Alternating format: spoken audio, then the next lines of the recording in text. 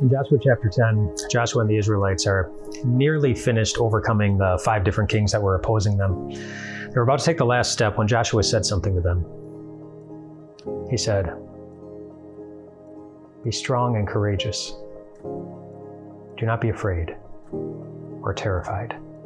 And you might recognize those words. Those are the words that God spoke to Joshua when God must have sensed that Joshua was a little bit afraid or terrified, when he wasn't feeling very strong and courageous. And so Joshua probably felt that some of his guys were feeling kind of the same way. And so he said what God shared with him.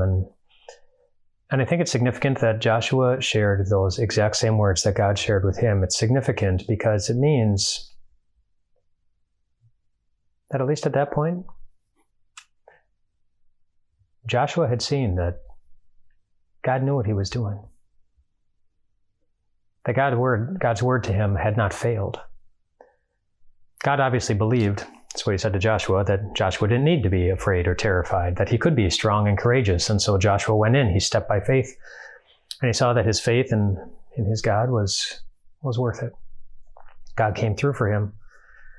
And so as Joshua saw that God had come through for him in just the ways that he had promised, he was able to share that with the guys to remind them that words from God, they do not fail. God's word does not fail.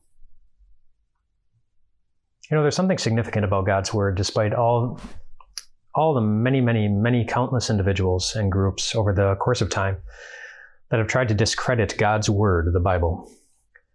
Do you know that no one has ever successfully done that? There's no historic event in the Bible that has ever been proven to be false. There's no promise in the Bible that has ever been proven to not come true.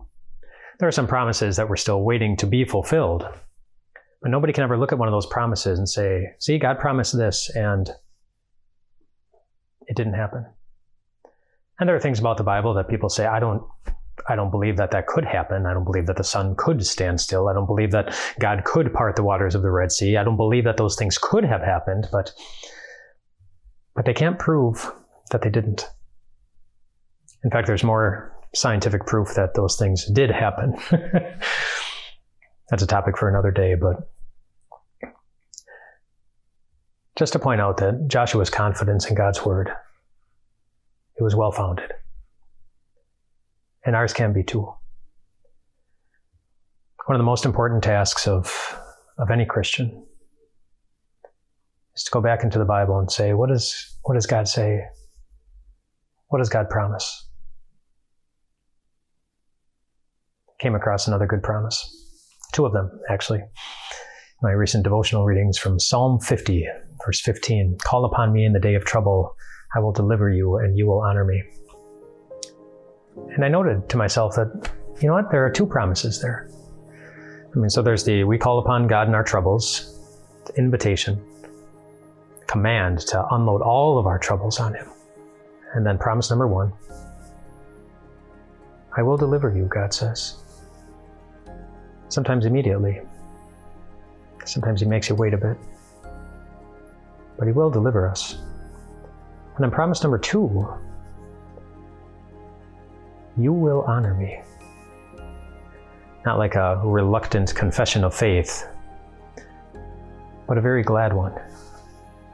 Where God will deliver us in such a way that the only result must be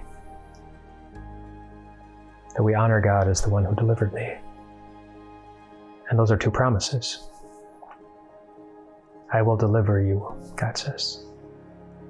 And you will honor me. God's word in your life will have been proven to be true too. Find a good promise from God in his word.